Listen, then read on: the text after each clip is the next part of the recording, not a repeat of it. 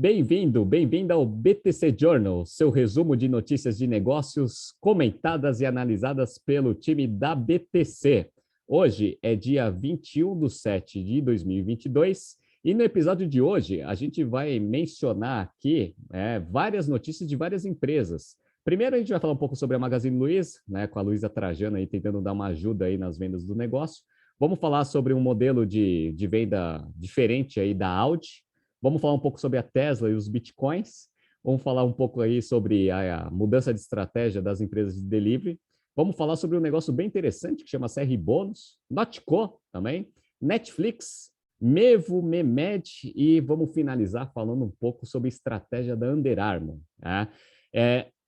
O Yuri, aqui comigo para fazer esse BTC Journal dessa semana, dado que o Habib está de férias, provavelmente deve estar lá na Argentina agora comendo um bom alfajor.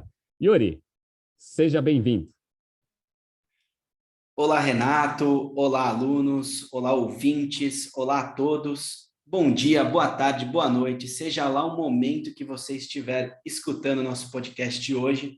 É um prazer estar aqui. Renato, só para começar, eu hoje passei o dia inteiro aqui trabalhando, a gente está gravando um pouco mais tarde, mas eu estou aqui com a minha Insider Store por baixo da minha camisa, estou super confortável, não tive problemas com suor, conforto térmico, tudo maravilhoso. Então, gostaria de sugerir aos nossos ouvintes que até usassem o nosso cupom da BTC, se quiserem comprar esse produto de qualidade que a gente usa aqui todos os dias. O cupom é BTC12, ele dá 12% de descontos nas compras no site. Se você puder divulgar aí, compartilhar o site para as pessoas verem um pouco dos produtos, vai ser bem bacana. Eu geralmente não faço propaganda à toa. De fato, estou usando e é muito bom, eu recomendo. Façam seus testes aí e comprovem o que a gente está dizendo por aqui. Não, legal, Então, até estou mostrando aqui o site da Insider Store. Tem produto para homem, produto para mulher, acessórios, tem um portfólio bem diversificado. Eu também tenho alguns produtos da Insider Store. E aí, assim, em termos de qualidade, não dá nem para comentar. Assim, superior a todas as opções de mercado que tem. Utilize nosso cupom, BTC12, para você ter descontos aí para adquirir aí os produtos da Insider Store. Perfeito? Bora! Então vamos começar aqui falando aqui sobre a primeira notícia que saiu aqui na Forbes. Então, para quem está assistindo aqui no YouTube, eu sempre gosto de compartilhar aqui para vocês saberem de onde a gente pega as informações. Forbes. Luiza Trajano faz apelo a clientes. Mais ações da Magazine Luiza seguem em queda. Então, é uma coisa interessante, Porque surgiu essa notícia, Que a Luiza Trajano fez um vídeo, até vi o vídeo, ela pedindo praticamente, implorando aí para quem visse aquele vídeo que fosse para as lojas da Magazine Luiza para conseguir comprar alguma coisa ali com crediário já pré-aprovado, era só mostrar o vídeo que eventualmente já teria o crédito pré-aprovado. No começo do dia, quando surgiu essa notícia, as ações estavam subindo, mas, infelizmente, aí o mercado de ações está bem difícil e provavelmente não deve ter sido isso que tinha impulsionado o crescimento das ações naquele dia. Tá?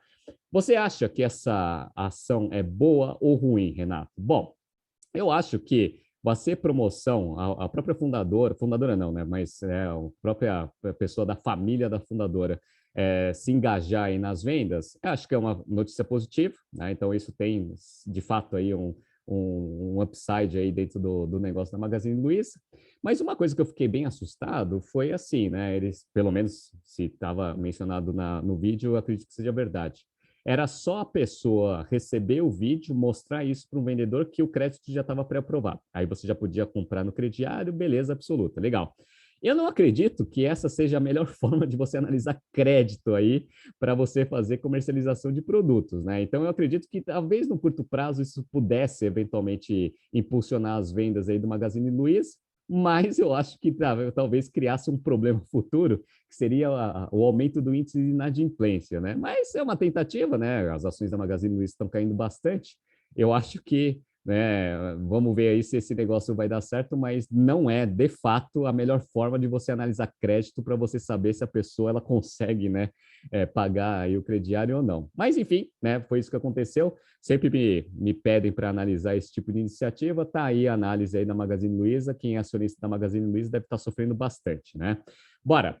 que você acha, né, que seriam formas mais eficientes aí de você criar linhas de receitas acessórias até para impulsionar o negócio?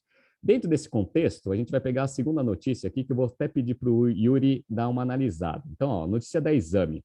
Programa de assinatura se torna alternativa para quem procura veículos elétricos premium. E aqui é interessante que ele mostra uma iniciativa da Audi, né, nesse modelo de assinatura. Yuri, você deu uma analisada um pouco nesse negócio? Como que vai funcionar, né, esse sistema novo aí de comercialização que a Audi está implementando no mercado? Vamos lá, Renato. Bom, primeiro que a Audi, ela é conhecida, né, por sempre buscar inovação, tecnologia, disrupção nos seus negócios, principalmente no desenvolvimento de carros, mas quando você vê um mercado de consumo desacelerando, taxas de juros altas para comprar um automóvel, um imóvel, qualquer coisa, hoje está caro, seja no valor venal daquilo, seja na hora de pegar um crédito com custos altíssimos, né?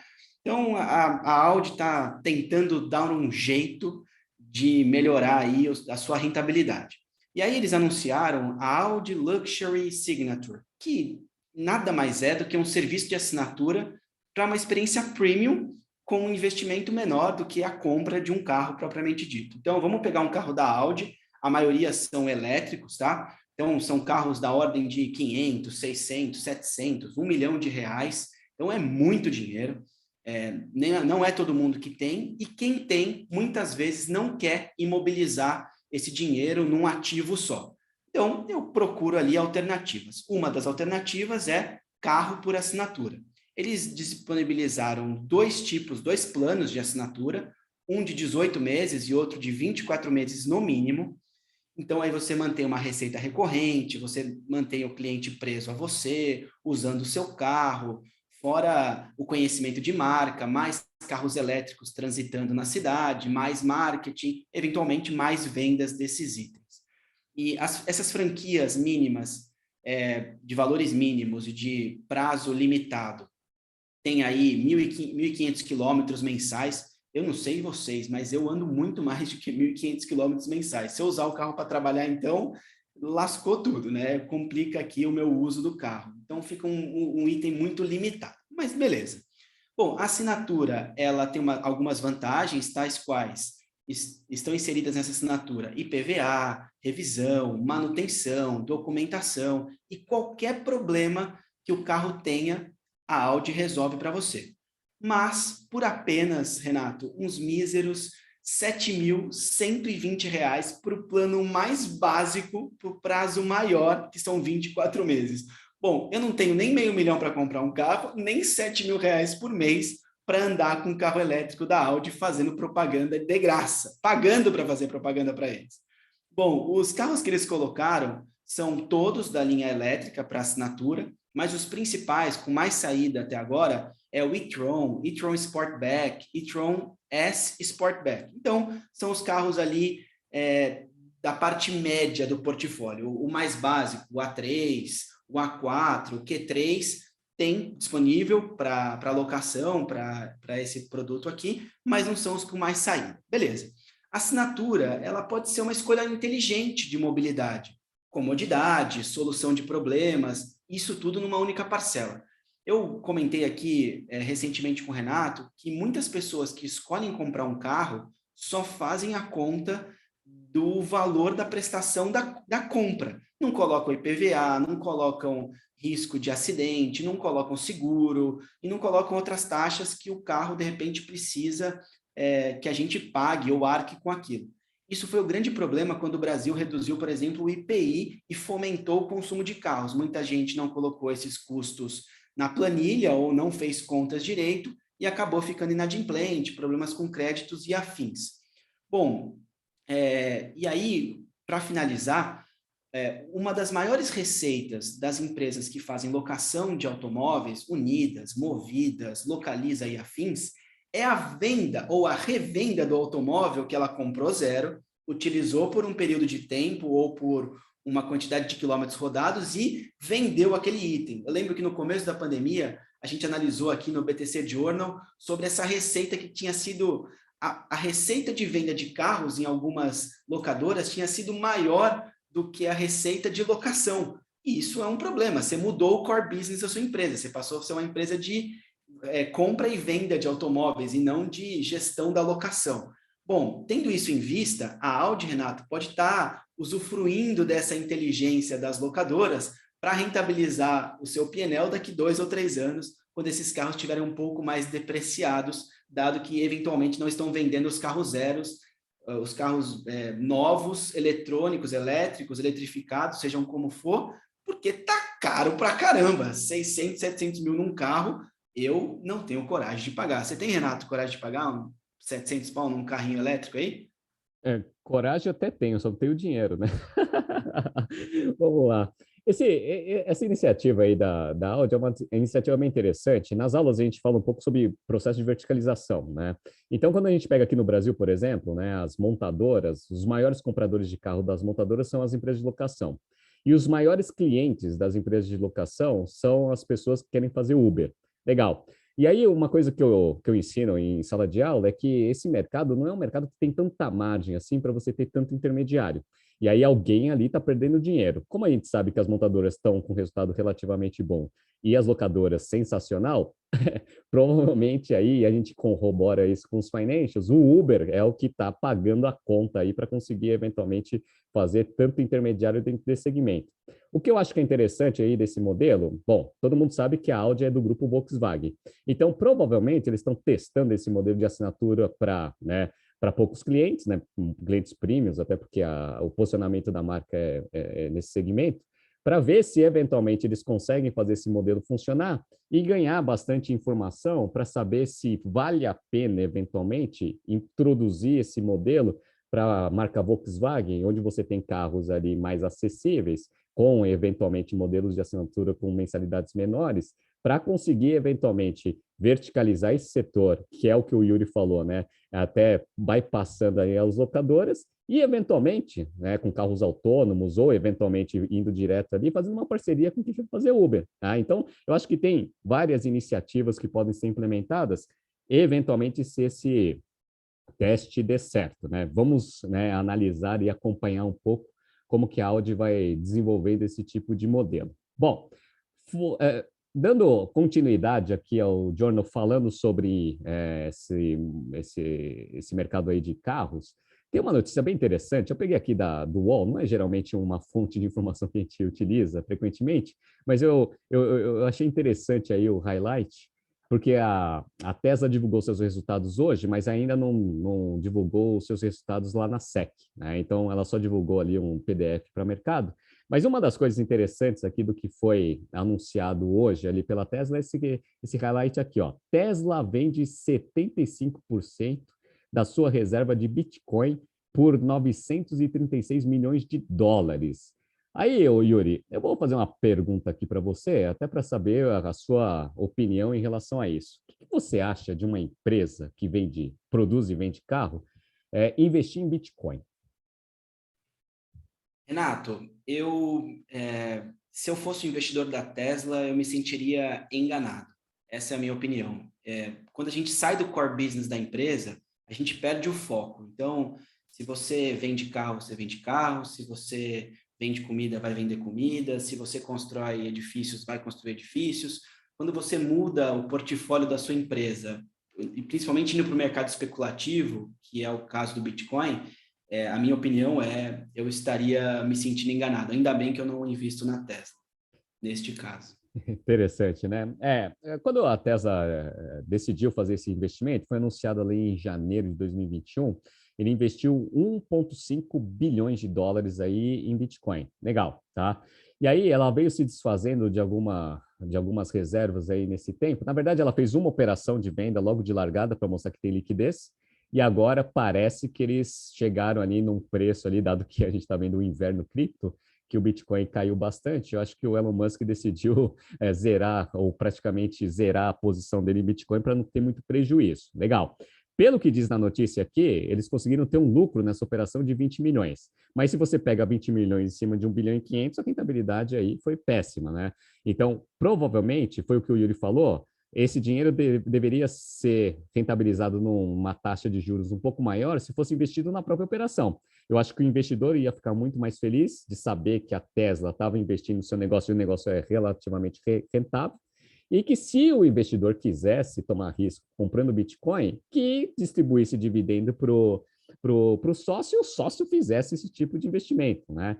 Eu também peguei aqui, né, o gráfico aqui da ação, da ação não, né, do valor do Bitcoin, só para mostrar para vocês que provavelmente foi feito aqui um stop loss, né? O que é um stop loss?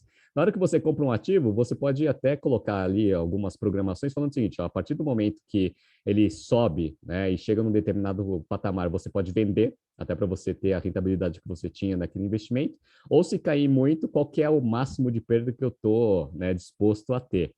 Se eu pegar aqui, aqui não tem as datas certas aí que a Tesla fez essa operação, mas ó, quando você pega aqui janeiro de 2021, aqui bem na baixa, que foi provavelmente onde a Tesla comprou, o Bitcoin estava US$ 32 mil. Legal. Então ele fez essa compra de US$ 32 mil. Como ele vendeu 936 agora no segundo trimestre de 20, quando você pega aqui segundo trimestre de 20, vocês viram que ele chegou exatamente ao mesmo patamar aqui do valor de compra a princípio, né? Então aqui em maio, aqui ó, ficou próximo de 30. Então provavelmente essa venda deve ter ocorrido aqui no mês de abril, maio, né, que foi no começo do segundo trimestre, né, dentro dessa estratégia aí de investimento que é bem comum no mercado, só assim, ó, se chegar no patamar de preço, que foi o que eu comprei, né, o valor de compra, vende todo esse negócio porque a operação aqui, ela precisa dar rentabilidade na montagem e comercialização de automóveis e não ficar especulando aí com ativos, principalmente ativos digitais, que é o Bitcoin, né? Então, vamos ver aí, deixa o resultado da Tesla ser divulgado no detalhe ali na SEC, que aí eu vou mostrar para vocês se essa operação foi rentável ou não. Pelo que está escrito na notícia, ganhou 20 milhões aí em cima de 1,5 bilhão aí de dólares investidos. Né? Não é ruim, mas dado o risco que ele tomou, né, às vezes teriam opções melhores aí no mercado. Legal? Bora! Vamos para a próxima notícia aqui, que também é uma notícia interessante, que pela mudança aí da demanda, principalmente porque o comércio está todo aberto agora e parece que a pandemia está praticamente acabando, aí a gente vê um setor que foi muito afetado aí, não com a pandemia, mas com a volta do comércio aos níveis tradicionais. Então, ó, notícia do Valor Econômico. Demanda por comida recua e app de delivery muda estratégia. Ô, Yuri, você está dando preferência agora a pedir comida como você fazia antes, ou você já está preferindo aí até ir para os restaurantes, até para encontrar um pouco de pessoas aí nas ruas? Renato, eu tenho comido muito pouco em casa. Eu fiquei 2 anos aí praticamente recluso, então saí para quase nada. Eu não estou pedindo quase nada em casa. Meu objetivo é sair para conhecer novos restaurantes, novos lugares. E até deixar um parabéns aqui para a Casa do Porco, né, que foi eleito um dos 50 melhores restaurantes do mundo. Eu estive lá presencialmente no sábado à noite. Eu entrei no iFood, verifiquei se tinha entrega para você que quer receber em casa ainda, mas eu preferi ir presencialmente e verificar de perto a qualidade da comida, que é realmente diferenciada. Mas, assim, respondendo a pergunta, Renato, eu tendo a ir em lugares físicos, eu gosto dos soft skills, eu gosto do contato físico, eu fomento isso e sou um apreciador de ver pessoas de perto, evitar um pouco o virtual. Legal. Bom, assim como o Yuri, a maior parte das pessoas que eu venho observando aí na cidade, e provavelmente isso deve se estender no Brasil inteiro, estão dando preferência aí a fazer os programas tradicionais, que é sair para jantar, conhecer novas pessoas, novos locais, etc. Até porque a gente passou muito tempo aí fazendo pedido de comida. Aí o que aconteceu? Bom, obviamente no começo da pandemia, toda a demanda aí para esse serviço de delivery explodiu no mercado. E quem estava bem posicionado aí, principalmente na parte de entrega de restaurantes, era o iFood. Era e é o iFood. Legal. Então, provavelmente ele deve ter se estruturado bastante para conseguir capturar esse aumento de demanda repentina e fez um bom trabalho até em defesa desse mercado, porque muita gente queria abocanhar um pouco desse crescimento de mercado. Então, Uber Eats, Rappi, entre outros. Como a gente sabe, o iFood ele conseguiu defender bem a sua participação em cima da parte de entrega em restaurantes, e aí, né, o iFood não, o Uber Eats e o Rappi desistiram desse mercado e aí estão até entrando com ações no CAD contra os contratos aí de longo prazo que o iFood fez com os restaurantes. Por que restaurante sempre é o filé aí dessa parte de entrega? Por causa da recorrência. Dado que é refeição, almoço, janta, a quantidade, né, de pedidos que você faz aí utilizando esses serviços é muito mais frequente do que, por exemplo, compra no supermercado ou compra em farmácia. Então, o Rappi, por exemplo, ele tentou se estruturar agora para fazer esse tipo de entrega.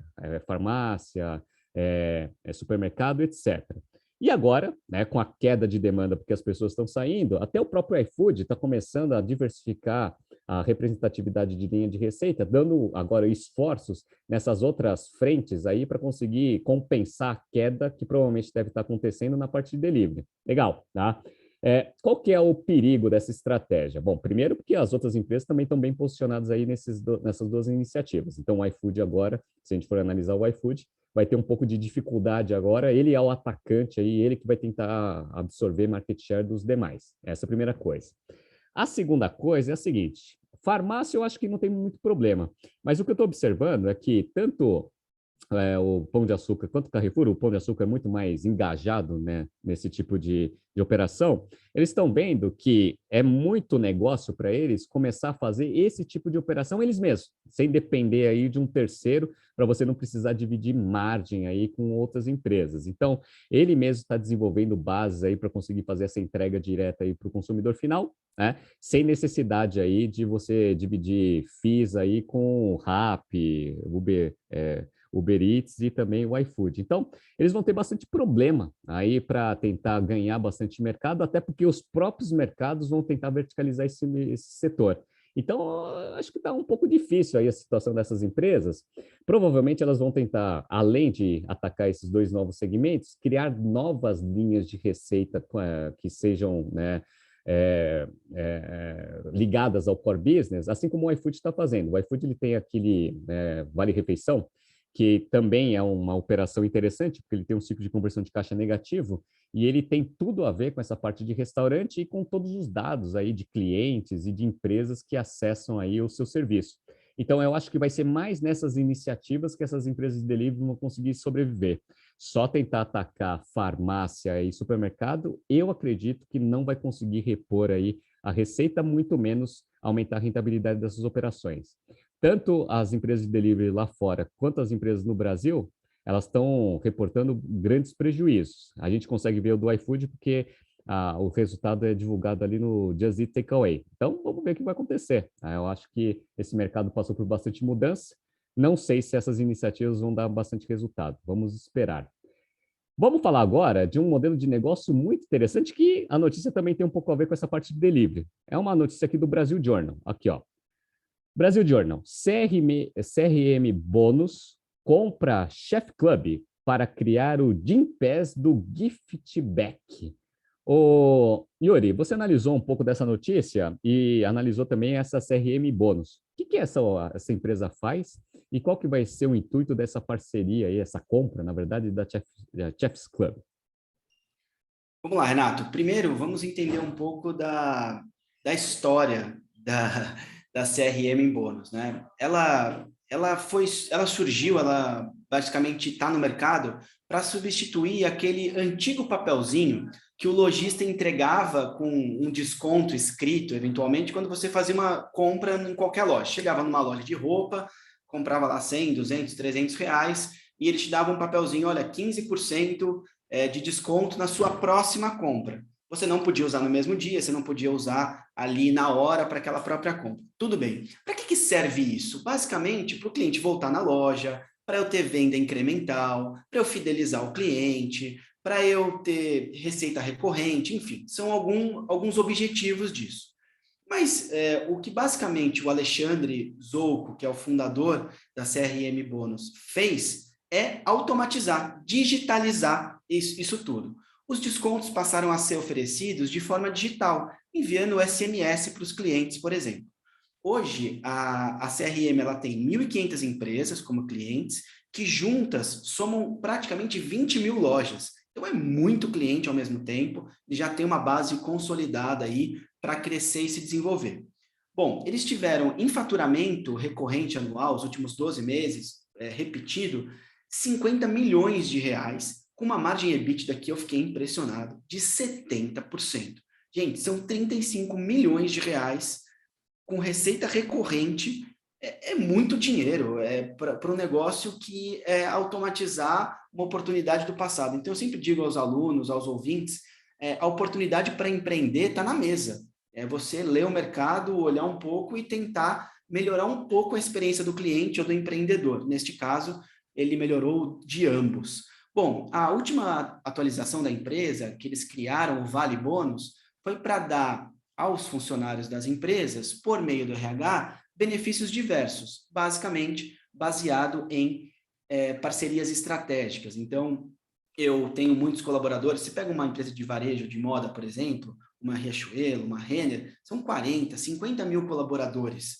Imagine uma ação para colaborador para dar desconto, para o cliente poder usar, melhorar o turnover. Se você ficar 90 dias sem ter nenhuma falta, em vez de 10% padrão, eu vou te dar 15% de desconto na coleção nova dos itens que a gente está lançando. Poxa, o colaborador vai ficar super engajado em não faltar, melhorar turnover e afins. São ganhos intangíveis, muitas vezes, que as empresas têm com esse tipo de parceria.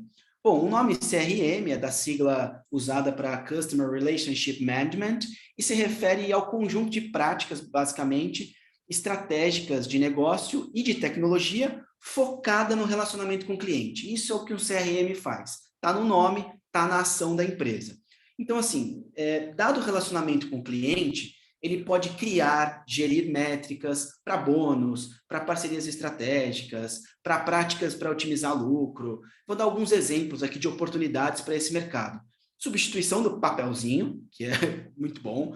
Controle do uso dos vouchers, então, quantos vouchers foram distribuídos, quantos tiveram uso, quantos não tiveram uso, quantos foram perdidos. Segurança na transação, porque um papelzinho carimbado é muito fácil de você copiar, clonar ou fazer, enfim, uma cópia errada, né? É um crime isso, mas acontecia. Eu lembro que tinha restaurante perto de onde eu estudava no cursinho que você tinha que carimbar para cada 10 vezes que você ia lá comer, você ganhava um almoço de graça. Gente, o que tinha de carimbo falsificado na galera, assim, era impressionante, infelizmente. Mas, enfim. E por fim, um grande ativo das empresas de tecnologia são os dados. E quando eu digitalizo esse tipo de ação, você pode entender se aquele voucher gerou, de fato, uma receita incremental, qual foi a receita incremental, qual foi o seu investimento versus o retorno daquilo, calcular o ROI dessa operação, saber a recorrência do cliente. Um dado aqui que eu acabei de pensar, você pode melhorar o lifetime value do seu cliente. Então, por quanto tempo, qual vai ser a rentabilidade daquele cliente enquanto ele for um cliente da marca? Olha quantas coisas eu consigo gerir com dados, com dashboards que a CRM em Bônus criou. Bom, eles compraram, essa é a notícia, a Chef's Club. Basicamente, a Chef's Club é a maior plataforma para você comer fora de casa, que tem mais de 3 mil restaurantes pelo Brasil. Olha que ação interessante. É plugar esses 3 mil restaurantes na base do CRM em Bônus e nesse novo app eles aceleram o processo que poderia durar meses para você conseguir 3 mil novos clientes. Como eu falei aqui, eles têm 1.500 clientes com 20 mil lojas. Cara, você está triplicando a quantidade de clientes que você tem em uma aquisição. Então, uma aquisição estratégica, eu acredito que seja acertada. É a primeira aquisição desde que a CRM em Bônus levantou 280 milhões de reais numa rodada que teve como investidores o SoftBank, o Riverwood e o Volpe. Isso aconteceu no final de 2021. A empresa, na época, foi avaliada em 1 bi de reais. Em um comentário aqui da notícia, feito pelo Alexandre, o fundador da CRM, é que o caixa da empresa, desde o aporte, aumentou. Ou seja, é uma empresa ainda com caixa crescente. Então, geradora de caixa. Olha que importante. Investiram dinheiro numa empresa geradora de caixa. O que não é muito comum, né, Renato, nas empresas de tecnologia que a gente vê por aqui, né? Pois é, e é engraçado, né? Eu conheci o Alexandre, ele me mostrou um pouco do negócio dele bem quando ele estava montando, né? A simplicidade é sensacional E a facilidade de utilização, tanto da parte do estabelecimento quanto da parte do cliente, é agregação de valor mútuo. Ah, e eu caio nessas pegadinhas, né? Eu vou lá, vou na loja, eu me cadastro, eu recebo lá o SMS, aí tem um appzinho, né? E aí ele mostra ali o quanto que você tem de cashback, e ele tem um prazo de validade que é sensacional, né? Porque eu sempre fico olhando assim, R$ 130 aqui que eu tenho que gastar. Se eu não for na loja lá, eu vou perder os R$ 130. Então, de fato, ele tem um efeito aí de aumentar o nível de recorrência, consequentemente aumentando também o lifetime value, como você mesmo falou. E é legal essa notícia, porque ela está linkada com uma iniciativa que pode ser implementada, né, dando uma dica aí, né, dado os benchmarks de mercado, para as empresas de delivery. Né? Ela já tem um monte de transação ali dentro, já tem um monte de restaurante, ó, e o CRM Bônus aí comprando aí, ó, Chef's Club, para tentar operacionalizar isso para a parte de restaurante. E também eu acho que pode ser uma iniciativa que pode ser implementada ali por iFood, Rappi, e também outras empresas aí de delivery também. Então, ideias simples, né, que podem, se bem implementadas aí, como foi esse CRM Bônus, criar um negócio gerador de caixa, margem alta e que já está com valuation lá na casa do chapéu, né? Então, parabéns aí ao Alexandre. Vamos ver aí como que vão ser os próximos passos aí do CRM Bônus aí, um modelo de negócio bem interessante. Para a gente finalizar essa parte aqui de comida, vamos falar aqui da notícia da Exame. A Exame tem uma notícia aqui, ó. Notco faz parceria com a Mr. Cheney e rede terá cookies feitos à base de plantas. Ô Yuri, você analisou aí essa notícia e você já me falou que você já comeu coisas da Notco. Explica um pouco aí o que é essa empresa e como que são as bases dessa parceria. Vamos lá, Renato. Bom, primeiro, a notícia é o seguinte: desde segunda-feira, dia 18, as lojas do Mr. Cheney, é uma cafeteria, basicamente, que tem lojas espalhadas pelo Brasil, mais concentradas no Sudeste, elas irão vender os cookies à base de planta, como o highlight aí a notícia diz, né? Eles são feitos em parceria com a food tech, a Notco, e que é conhecida por produtos como a maionese plant-based, que é o que eu comentei com você, Renato. Eu adoro essa maionese, ela é feita de produtos vegetais. Eu recebi um brinde em casa para experimentar ela, eu adorei e agora sou um cliente recorrente. Então, eu, de fato, gero receita para a empresa. Ela tem o mesmo gosto, ela tem a mesma textura. Eu não acredito, é quase que inacreditável que é feito só de plantas, né? Mas tudo bem. Vamos lá. Bom, o Not Cookie, que vai ser chamado assim agora, ele foi desenvolvido por ambas as empresas. Ele é feito de massa de baunilha, com gotas de chocolate vegano e com Not Milk original. Gente, Not Milk é o leite à base de plantas, que é uma mistura, uma combinação de abacaxi, repolho, ervilha. Eu não consegui entender até agora como esses 3 itens ficam com cheiro de leite, com textura de leite, com gosto de leite. A engenharia de alimentos aqui, parabéns aos engenheiros de alimentos dessa empresa, porque de fato chegou muito próximo, para não falar igual, ao leite de origem animal. Muito bacana isso, tá? Eu tenho uma irmã que é vegana, um beijo para minha irmã também, e ela cuida desses produtos, come e eu aproveito e pego um pouquinho dela. Bom, na cafeteria, o Mr. Cheney, os consumidores eles poderão pedir, inclusive, a troca do leite de origem animal pelo Not Milk, e aí, né, você tem ali ganho das duas partes, né? Eles desenvolvem um produto juntos, tem a parceria estratégica, ambos passam a vender, um passa a vender um produto para um novo cliente, o outro passa a vender produto vegano para um pool de clientes maior. Então, eu não tinha produtos veganos na minha loja, agora eu tenho, então eu trago um cliente diferenciado para a minha loja, incremento receita, melhora o ticket médio, enfim, tem todos os ganhos que a gente pode analisar aqui. Antes dessa parceria acontecer e ser publicada, tiveram um MVP, um teste com algumas lojas na cidade de São Paulo, e baseado nos resultados, eles firmaram uma parceria. A experiência no consumo ali demonstrou esse potencial de venda e esse potencial de criar sinergias entre as marcas, entre esses desenvolvimentos do cookie aqui. Esse tipo de parceria, ele une, né, as forças das duas marcas e são bem importantes para o desenvolvimento, seja da Notco, seja do Mr. Cheney, Isso é uma oportunidade para os nossos ouvintes, para as empresas que analisam parcerias, de como pode ser bom você se unir com alguém, comprar alguém, enfim, são ações que a gente pode fazer, pode estar a solução do nosso lado. Um teste como esse, um MVP, usar um leite diferente, fazer um cookie em parceria, pode eventualmente tornar um M&A no futuro, dado o crescimento da Notco, né, Renato? Sim, essas parcerias estratégicas, e é o tema até que a gente aborda nas nossas aulas de estratégia em todos os nossos cursos, eles são formas para você conseguir fazer alguns testes com um custo muito mais baixo e, eventualmente, com ganhos aí para todas as empresas envolvidas aí dentro da aliança, né? Lá nos Estados Unidos, criou-se uma parceria muito interessante de uma empresa que também faz essas carnes sintéticas aí, que é a Beyond Meat. A Beyond Meat, ela fez uma parceria com o TGI Friday para criar um hambúrguer que eles chamam de Beyond Burger, para testar a adoção aí desses sanduíches com hambúrguer sintético e ver se eventualmente tem bastante potencial de crescimento, dado que a nova geração gosta bastante, aí tem bastante vegano aí no mercado. Eu já comi esse sanduíche, é muito legal, muito bom. Assim como o Yuri falou, ele tem textura, tem até sangue ali, né, de boi, etc. Então, não deixa nada a desejar.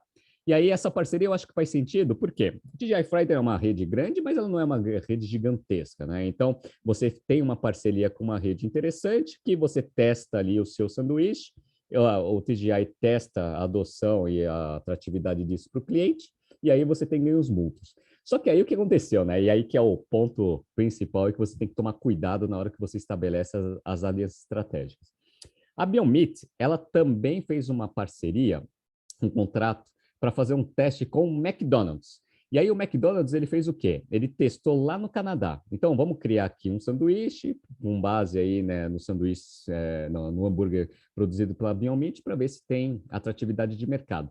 Fizeram um teste lá no Canadá e parece que foi um sucesso o teste. Perfeito. Sabe o que o McDonald's fez? O McDonald's simplesmente não renovou a parceria e ele decidiu ele mesmo produzir, dado a escala gigantesca que tem o McDonald's no mundo. Ele viu que o volume que ele consegue ter justifica o investimento em tecnologia para conseguir desenvolver ele mesmo esse tipo de carne. Então tem que tomar um pouco de cuidado, porque o McDonald's ele saiu ganhando em todas as pontas, né? Ele fez o teste, mostrou viabilidade do negócio, não gastou nada, porque todo o P&D para fazer o hambúrguer foi investido ali pela Beyond Meat, e aí ele mostrou viabilidade do negócio, e aí o risco agora é baixo. Já sei qual é a demanda, já sei qual é o potencial de crescimento do negócio, posso fazer o investimento sem problema nenhum e ainda tenho toda uma rede de distribuição gigantesca no mundo inteiro para conseguir diluir custo fixo. Então, tem que tomar um pouco de cuidado aí com quem você estabelece aí suas parcerias estratégicas. No caso aqui da Notco e da Mr. Cheney, eu acho que tem mais a ver com Beyond Meat e TGI Fridays do que eventualmente aí com McDonald's. Vamos ver o que vai acontecer. E até como curiosidade, eu não sou vegano, mas eu irei ali numa Mr. Cheney só para experimentar, para ver se esse cookie é muito bom. Vamos ver aqui, próxima notícia. Saíram os resultados do Netflix. E aí o Netflix, ele divulgou aqui, ó, a gente vai pegar uma notícia aqui do Neofeed. Netflix perdeu assinantes, mas agradou o mercado. Isso aqui é interessante. Eu até fiz uma análise bem detalhada no BTC News de hoje mesmo, né? Então, se você quiser entrar nos financials, etc., dá uma olhada no BTC News. Mas eu vou falar aqui um pouco do resumo da notícia. Bom, Netflix ele divulgou uma perda de 1 milhão de assinantes, né, nas 4 regiões que ele atua. E isso geralmente é uma notícia ruim. As nações tendem a cair, mesmo se a empresa divulga lucro, quando você tem esse tipo de divulgação aí de perda de assinantes. Por quê? Porque isso faz parte do que a gente chama de fatores críticos de sucesso. Lá no primeiro trimestre, ele tinha anunciado 200 mil usuários a menos e a ação já despencou. Legal. Mas por que que agora, mesmo anunciando uma perda maior, quase 1 milhão de assinantes, as ações subiram? Por 2 motivos. Primeiro, porque ele tinha dado um guidance para o segundo trimestre, que ele estava com uma expectativa de perder 2 milhões de assinantes. E aí todos os analistas de mercado ajustaram os seus modelos, falaram assim, ixi, esse negócio agora está começando a diminuir, até por causa de guerra de streaming, etc. e tal. Vamos ajustar aqui o valuation do negócio. Como eles perderam menos do que eles tinham divulgado, que era a expectativa, todo mundo atualizou agora com esse nível menor de perda, e aí, obviamente, o valuation tende a subir dentro da análise dos analistas de mercado. A segunda coisa que foi uma boa notícia foi que eles divulgaram que eles vão ter uma expectativa de aumentar a base novamente em 1 milhão de assinantes pagos. Até porque eles estão criando aí modelos de assinatura mais barato, utilizando publicidade como uma linha acessória de receita junto com a Microsoft. Então, essas notícias em conjunto, elas trouxeram aí um alívio ali para quem investe no Netflix, e as ações subiram bastante, subiram 6% aí no dia da divulgação, e hoje deve ter fechado aí em torno de uns 6% também. Então, isso daqui que foi o caso aqui do Netflix. Mas tem uma iniciativa que vem sendo implementada lá nos Estados Unidos, que vem aumentando bastante o ticket médio, que também é um fator crítico de sucesso para o negócio, que é o quê? Ô Yuri, você assina a Netflix? Só para eu saber? Renato, eu não assino. Eu divido com meu irmão. É, exatamente, legal, né? Isso daqui é bem comum, né? Muita gente assina e compartilha a assinatura com familiares, amigos, etc. O Netflix, ele vem implementando um modelo onde ele consegue identificar, até porque ele sabe que tem mais de uma residência aí com a mesma assinatura, e eles começaram a cobrar um adicional, né, dessas assinaturas compartilhadas para conseguir o quê? Primeiro, né, adicionar um pouco de ticket médio, né, porque você começa aí a cobrar por mais utilização ali da mesma assinatura. Antes ele só ganhava uma e às vezes era compartilhado em 15 pessoas. Agora você consegue ter uma receita incremental aí com essa adição. Aí um dos pontos interessantes é que eles implementaram isso lá nos Estados Unidos e o ticket médio subiu de 14 dólares e pouquinho para 15 dólares e 95. Então, só essa iniciativa já é boa para você começar a aumentar ali o ticket médio ali dos assinantes que já estão assinando o Netflix. Aí uma das questões que podem me colocar, que até eu estava conversando com o Yuri antes, é, será que isso não vai aumentar o churn? Ah, eu acho que até vai aumentar o churn, mas eles fazem uma coisa meio inteligente, que é o seguinte, se você tem um modelo de assinatura, imagina 14 dólares, legal? Tá? Aí ele fala o seguinte, ó, eu identifiquei que você, Yuri, né, compartilha a assinatura ali com seu irmão. Então você vai ter que pagar 1 dólar e 70 a mais. Aí você faz uma conta, né? Faz o que compensa mais? Eu ter duas assinaturas, né? Que vai dar lá 14, 14, 28, ou eu pagar esse adicionalzinho e ter a minha consciência tranquila que eu estou fazendo a coisa certa. Então, eles são inteligentes nessa parte de incremento e parece que está dando bastante resultado ali nos Estados Unidos. E aí tem uma notícia aqui da Forbes que mostra que a próxima região que eles vão testar isso daqui é o quê, né? Netflix cobrará extra de usuário da América Latina. Com conta em mais de uma casa. Então, aqui, né, América Latina deve ter gente a rodo, né, que compartilha a assinatura, e eles vão fazer esse teste agora na América Latina para ver se eles conseguem aumentar o ticket médio. Então, é bem interessante isso, né? Então, tem essa iniciativa que eu acho bem interessante, até para agregar bastante valor no negócio, para diminuir um pouco da guerra de streams que está acontecendo. Eu não sei você, Yuri, eu tenho assinatura aí em praticamente todos os sistemas de streaming, mas eu estou começando a tomar uma decisão aí de escolher aí as que eu vou querer continuar e as que eu vou querer cancelar, e até para dar uma economizada. E você? Eu também, Renato. Eu já tô na época da pandemia, eu assinei todos porque eu queria coisas diferentes, coisas novas. A gente acabou ficando mais em casa com um pouco mais de tempo para aproveitar esse tipo de coisa. E sei lá, eu devo assinar uns 5, 6, mas eu sempre brinco que eu faço meu orçamento aqui anual, né? Aí você passa a usar essa assinatura, você começa a fazer conta, você vê que não vale a pena, porque você não está usando quanto você poderia, né? Ou as ferramentas, os streamings não estão te dando tantos produtos, tantos programas quanto você gostaria. Então, eu já vou cortar uns 3 aí para os próximos meses, com certeza. Tem um estudo de uma consultoria especializada nesse setor que eles mencionaram, é a estimativa, que para 2022, 150 milhões de pessoas no mundo vão decidir cancelar pelo menos né, uma assinatura em algum sistema de streaming. Então, o Netflix está tentando, né, criar iniciativas aí para ela não ser uma das principais escolhas aí desses 150 milhões aí de usuários. Vamos ver o que vai acontecer, né?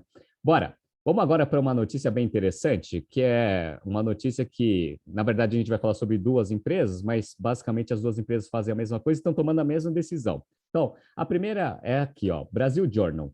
Mevo atrai investidores para escalar seu e-commerce de medicamentos. E a outra é do Neofeed, Memed amplia leque do seu marketplace em busca de novas receitas.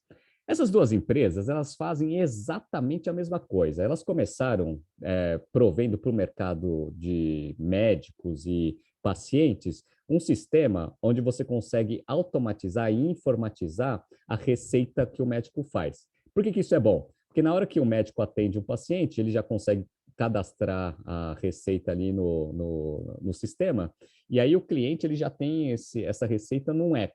E aí fica muito mais fácil de você não perder a receita e utilizar a receita ali na hora que você vai para uma farmácia para conseguir os medicamentos ou alguns tratamentos que você pode fazer em alguns hospitais.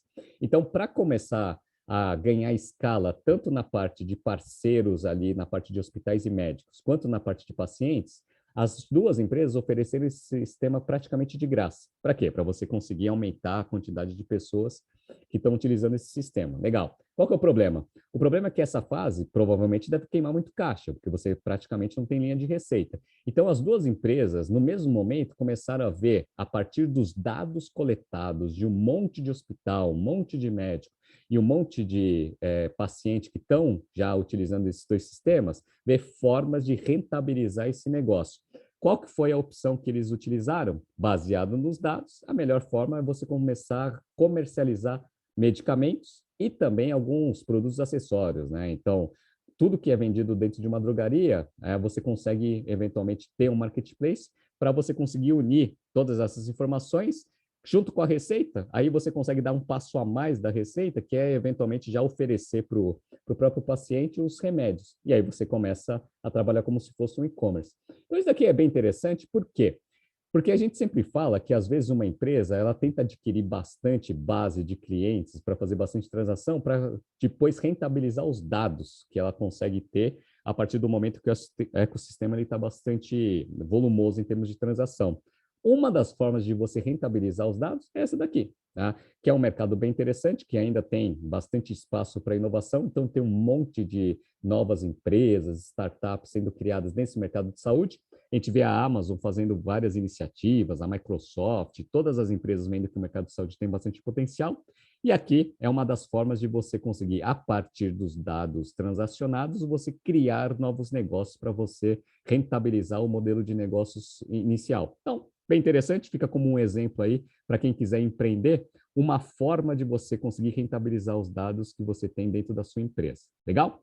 E vamos para a última notícia de hoje, e a gente vai tentar aqui analisar também uma empresa que também está analisando aí formas de começar a melhorar os seus resultados, só que agora no mercado de vestuário, né? Principalmente na parte de esporte, que é a Under Armour.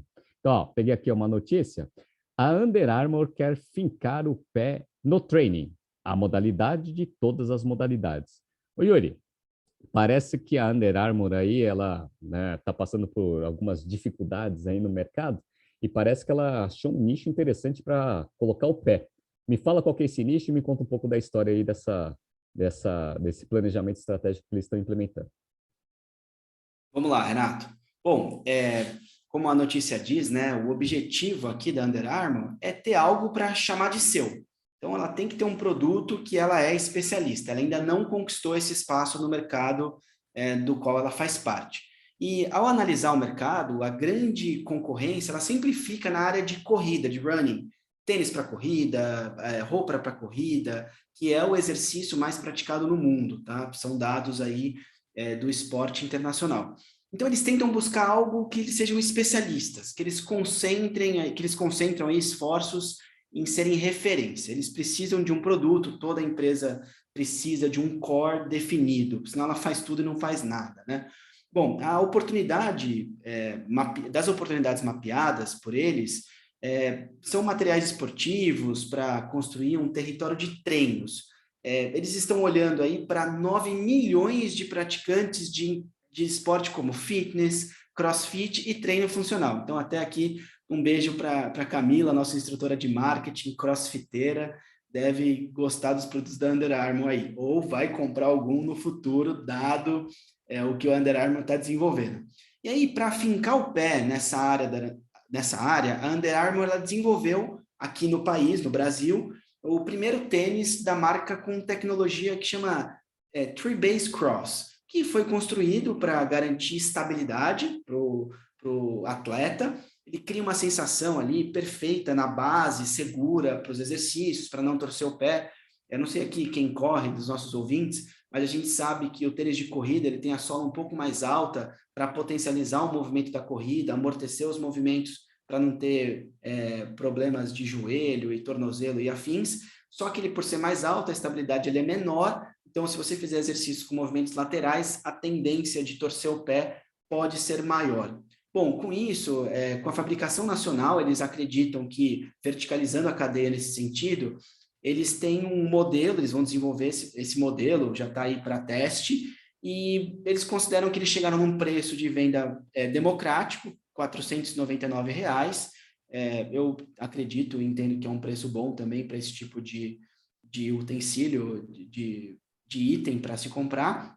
E eles querem, com isso, potencializar as vendas deles nas multimarcas. A Under Armour ela vai estabelecer alianças estratégicas com varejistas como a Centauro, que é uma multimarcas, e a Bayard, que é uma concorrente nesse mesmo setor, com áreas específicas de training dentro das lojas. Então, é o famoso store in store, né? Uma lojinha, um quiosque dentro de uma outra loja.